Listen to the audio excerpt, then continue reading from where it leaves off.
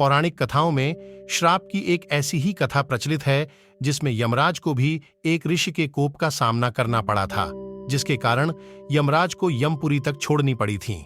आइए जानते हैं कि क्यों छोड़ना पड़ा था यमराज को यमलोक।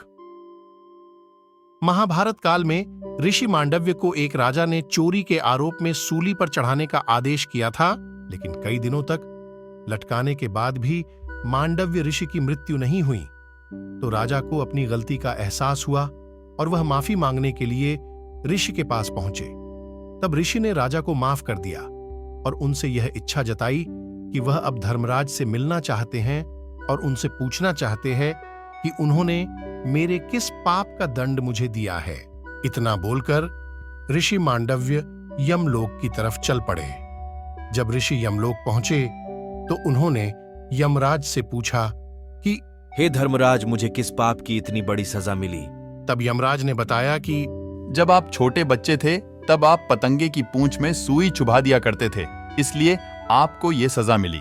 यह बात सुनकर ऋषि मांडव्य अत्यधिक क्रोधित हुए और उन्होंने यमराज से कहा कि 12 साल से छोटे बच्चे द्वारा किया गया कोई भी कार्य पाप की श्रेणी में नहीं आता है। ऋषि मांडव्य ने यमराज को श्राप देते हुए कहा कि हे धर्मराज, तुमने अपना कर्तव्य पूरी निष्ठा के साथ नहीं निभाया है, इसीलिए तुम्हारा जन्म पृथ्वी पर एक शूद्र के यहाँ होगा और तुम अपनी पूरी आयु न्याय और अन्याय के मध्य विचार ही करते रहोगे। इसी कारणवश यमराज ने विदुर के रूप में एक शूद्र के घर में धरती पर जन्म लिया था और आजीवन वह न्याय और अन्याय के बीच विचार करते रहे।